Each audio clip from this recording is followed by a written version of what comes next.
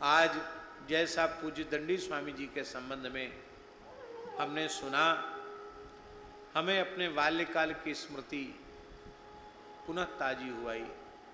हमें भी हमारे शरीर की अवस्था 9 या 10 वर्ष की रही होगी, तब हमें भी एक महान दंडी स्वामी संत की चरण सन्निधि प्राप्त हुई। उनका नाम था पूज्यपाद ब्रह्मलीन स्वामी श्री शरणानंद सरस्वती जी महाराज। पूज्यपाद जगत गुरु शंकराचार्य ज्योतिष पीठाधीश्वर श्री स्वामी ब्रह्मानंद सरस्वती जी के वे शिष्य थे। पूज्य स्वामी करपात्री जी के, श्री स्वामी अखंडानंद सरस्वती जी के वे गुरु भाई थे। और पूज्य स्वामी करपात्री जी उनके संबंध में कहते थे, इस युग में विशुद्ध सन्यासी का दर्शन करना हो, जिसमें सन्यास धर्म की संपूर्ण मर्यादाएं हों, तो मेरे गुरु भाई शरणानंद जी का दर्शन करना चाहिए। ये करपात्री जी कहते थे।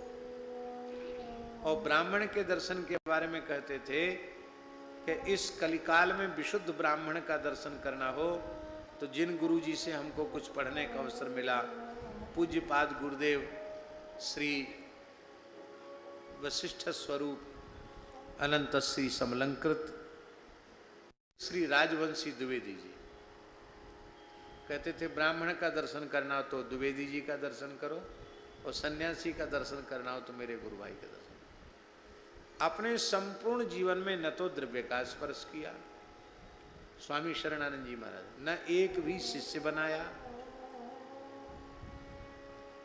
स्त्री शरीर के स्पर्श की तो बात ही दूर थी, उनके परिसर में माताओं का प्रवेश नहीं था। 1 इंच भूमि कहीं नहीं खरीदी, अपने लिए एक झोपड़ी तक नहीं बनाई। जहां रहते थे वहां लोगों ने कुछ बना दिया था। ब्राह्मणों के गौ के परम उपासक और प्रेमी ऐसे थे, भगवान नाम श्रवण करते ही नेत्रों से अश्रुधार बहने लग जाती थी। परम पवित्र कान्यकुब्ज विप्र कुल का उनका शरीर था। और उस जमाने के संस्कृत पढ़े हुए तो थे ही, उस जमाने में अंग्रेजी जमाना था, उस जमाने में डॉक्टरी पढ़े हुए थे, डॉक्टरी पढ़े हुए थे। और संस्कार पूर्वजन्म का व्यास जी कैसा विचित्र होता है, वो एक सुनाते थे। कई बार दास को उनकी सन्निधि का अवसर मिला। प्रयाग में कुंभ था, तो अपने मित्रों के साथ त्रिवेणी स्नान के लिए आए थे, कुंभ स्नान के लिए। स्वामी श्री ब्रह्मानंद सरस्वती जी शंकराचार्य जी का शिविर लग रहा था प्रयाग में, तो लोग दर्शन के लिए पंक्तिबद्ध होकर खड़े थे। वहाँ एक व्यक्ति घोषणा कर रहा था कि जो विशुद्ध भारतीय वेशभूषा में हों, वे ही कृपया स्वामी जी का दर्शन करने उनकी पर्णकुटी में आवें, अन्यथा बाहर से ही नमस्कार करके चले जाएं। पैंट पजामा वाले का वहाँ प्रवेश नहीं था।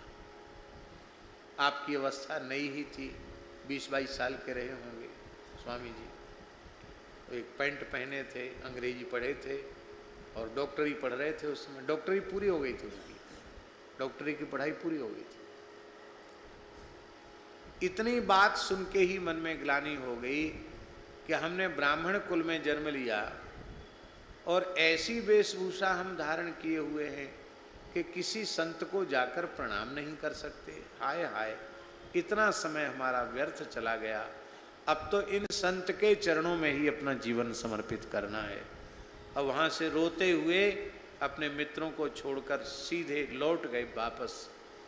मित्रों ने कहा, कहाँ जा रहे हो? कुछ बोले ही नहीं।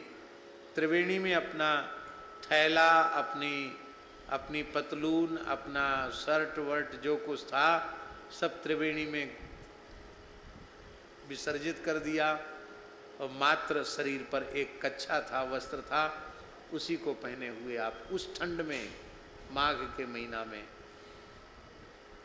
उस दिन माघ शुक्ल तृतीया थी, आप पहुँचे।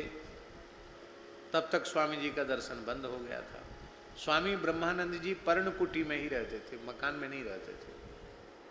उनकी पर्णकुटी बंद हो गई थी। और ये जब पहुँचे तो उन्होंने अपने ब्रह्मचारी को कहा कि ब्रह्मचारी, बाहर एक महापुरुष खड़ा है, एक ब्रह्मचारी खड़ा है, गौर वर्ण का है, इस अवस्था का है। उस बालक को बड़े आदर पूर्वक मेरे पास लिया, जबकि वे तो पर्णकुटी में थे।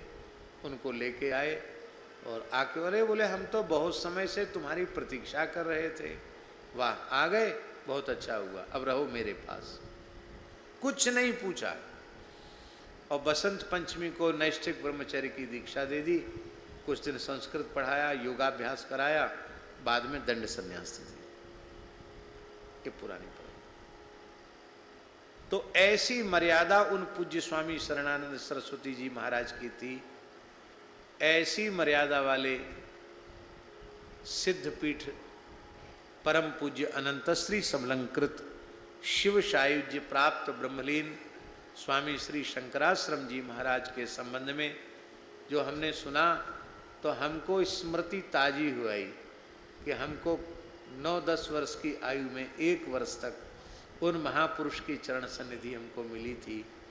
और आज पुनः एक उसी कोटि के दिव्य महापुरुष की सन्निधि, जो इस कलिकाल में अपनी परमायु से भी अधिक जो रहे। कलयुग में सामान्य आयु 70-80 के अनुपात की है, विशिष्ट आयु 100 वर्ष की है और परमायु 120 वर्ष की है। भगवान श्री कृष्ण भी 125 वर्ष तक ही धरती पर विराजे हैं। परमायु 120 वर्ष की है, 82। और बाबा जी स्वामी जी कितने समय तक 132 वर्ष तक 132 वर्ष तक इस धराधाम पर विराजे। तो समर्थ पुरुषों के लिए, योगियों के लिए कुछ भी कठिन नहीं है, इसमें कोई आश्चर्य नहीं। इसमें उनके संबंध में लिखा है कि विंध्याचल क्षेत्र में मिर्जापुर शहर के निकट पट्टी गांव में एक धर्मनिष्ठ पांडे परिवार में लगभग सन 1829 को महाराज जी का प्रादुर्भाव हुआ। और महाराज जी के बचपन का नाम था श्री राम स्वरूप जी पांडे। हमारे शरीर के पिताजी का नाम भी यही है।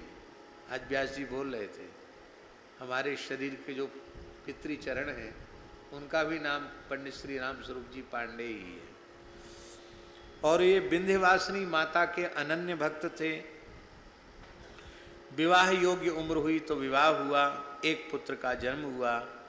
और पुत्र जन्म के बाद आपने विचार किया, कहीं पुत्र मोह में फंस करके मेरा मानव जन्म विप्रकुल में जन्म व्यर्थ न हो जाए, इसके लिए घर द्वार छोड़कर काशी गए। काशी कुछ काल रहे और वहाँ से पैदल चलकर हरिद्वार आए, हरिद्वार से देहरादून आए, गुरु पादाश्रय ग्रहण किया और सद्गुरु भगवान ने दंड धारण करवाकर आपका दंडी नाम श्री स्वामी शंकराश्रम जी यह नाम आपको प्रदान किया। वहाँ से हरिद्वार आए और वहाँ से मिस्त्री राम सिंह ने इन्हें साहनेवाल के नत गांव में ले आया। 1905 से 1908 तक वहाँ तपस्या करके उस स्थान को भी आपने दिव्य बना दिया। और 1908 में महाराज जी खन्ना, लुधियाना, अम्बाला, जालंधर में चातुर्मास किए। अब फिर जीवन के अंतिम क्षण तक यहाँ विराजे, जीवित समाधि ग्रहण की। ऋषि पंचमी 1962 63 में 1963 में 132 वर्ष की आयु में जीवित समाधि आपने। आश्चर्य नहीं है, हमारे पूज्य गुरुदेव श्री पहाड़ी बाबा महाराजन से हमारा विरक्त वेश हुआ, लगभग 130 वर्ष की आयु में भगवत धाम गए। उनको तो हमने प्रत्यक्ष देखा। और महात्मा ऐसे थे शर्मा जी, हमारे गुरुदेव पहाड़ी बाबा महाराज, कि 1985 में हम उनसे जुड़े, उनके पास जाना आना शुरू किया। उस समय कोई पूछता महाराज जी आपके शरीर की अवस्था? कोई 90 से ऊपर। और 2001 में किसी ने उनसे पूछा, महापुरुष ने, महाराज जी आपकी आयु? बोले वही 90 से ऊपर। तो उन्होंने कहा महाराज जी 1985 में भी 90 से ऊपर थे और 2001 में भी 90 से ऊपर। तो ए बच्चा, हमें अपनी उम्र बता के पुजवाना थोड़ी है, पुजाना नहीं। क्या है शरीर की अवस्था? लाखों करोड़ों वर्ष की आयु ऋषि मुनियों ने प्राप्त की, क्या है? कुछ नहीं। उम्र का क्या है? कवि ये भी कहते थे, बच्चा सब मृत्यु की मुट्ठी में है, पर मृत्यु मेरी मुट्ठी में है। मैं जब तक चाहूंगा तब तक रहूंगा और जब चाहूंगा तब चला जाऊंगा। महापुरुषों की उनके दादा गुरु मूल पुरुष श्री स्वामी नरसिंह दास जी पहाड़ी बाबा, जिनके शालिग्राम जी का हमने आपको दर्शन कराया, कार्तिक पूर्णिमा को जन्म हुआ और कार्तिक पूर्णिमा को ही 150 वर्ष की आयु में उन्होंने जीवित समाधि ली। कार्तिक पूर्णिमा को ही आविर्भाव, कार्तिक पूर्णिमा को ही तिरोभाव। आज 214 वर्ष उनको समाधि लिए हुए हो गया। कितना? 214 वर्ष पूर्व उन्होंने समाधि ली। श्री रेवासा धाम में अग्रदेवाचार्य पीठ में श्री स्वामी अग्रदेवाचार्य जी के बाद जो गद्दी पर विराजे श्री विनोद अली जी महाराज 180 वर्ष तक शरीर में विराजमान है। कितने वर्ष तक? माने 200 में केवल 20 वर्ष कम, और 180 वर्ष के बाद सदेह अंतर्धान हो गए। अग्र स्वामी जी भी सदेह अंतर्धान हुए, विनोद अली जी भी सदेह अंतर्धान हुए, फिर ज्ञान अली जी महाराज हुए, ज्ञानदास जी महाराज, वो भी सदेह अंतर्धान हुए। फिर रामचरण अली जी महाराज हुए, वो भी सदेह अंतर्धान हुए। पंचम आचार्य हुए बालकृष्ण अली जी, उनके बाद फिर देह त्याग की परंपरा। 4 पीढ़ियों तक सदेह अंतर्धान उसी रेवासा कुंज में। और ब्यासी बाल अली जी महाराज तो दक्षिण भारत के थे, यहाँ के नहीं थे, राजस्थान के। बाकी तो सब प्राय राजस्थान के ही हुए, ये दक्षिण भारत के थे। दक्षिण भारत में उधर तमिलनाडु के थे, जहाँ की द्रविड़ भाषा है, तमिल भाषा है, तमिलनाडु के थे। और बचपन से ही कोई संस्कार था कि श्री सीताराम जी के प्रति मधुर भाव था, सहचरी भाव था। तो पवित्र विप्र कुल में जन्म हुआ था, बहुत ग्रंथ पढ़े, बहुत साहित्य देखा, लेकिन वो जिस रस के पिपासु थे उस इच्छा की पूर्ति उनकी नहीं हुई। तो बड़े विकल हो गए कि मेरा मार्ग कौन खोलेगा, मुझे किशोरी जी की सहचरी के स्वरूप में कौन प्रतिष्ठित करेगा। बहुत व्याकुल हो गए, बहुत रुदन किए, इससे अच्छा तो मेरा शरीर ही नष्ट हो जाए। उसी रात्रि को श्री जानकी जी ने उनको दर्शन दिया और दर्शन देकर कहा, सखी तू रेवासा आ जा, क्योंकि जिस रस को तू चाहती है वह रस तो श्री अग्रस्वामी जी की निधि है। और आप जानते भी नहीं थे कि रेवासा कहाँ। रेवासा आज भी छोटा सा गांव है। दक्षिण भारत से वह बालक पैदल चलता हुआ यहाँ आए, फिर तो यहाँ के आचार्य हुए। उन्हीं के द्वारा पीठ का बहुत विस्तार हुआ, संस्कृत के भी ग्रंथ लिखे गए, वाणी के बड़े रस के पद भी उनके द्वारा लिखे गए। तो कहने का आशय यह है कि हम सब कलयुगी प्राणी जो है ना शर्मा जी, वो सब युग धर्म के बंधन में हैं, पर ऐसे जो महापुरुष होते हैं दंडी स्वामी जी की जैसे, वे तो युगातीत और कालातीत होते हैं, युग के बंधन में नहीं हैं और काल के भी बंधन में नहीं है। भगवत स्वरूप। बोलो भक्तवत्सल भगवान की जय।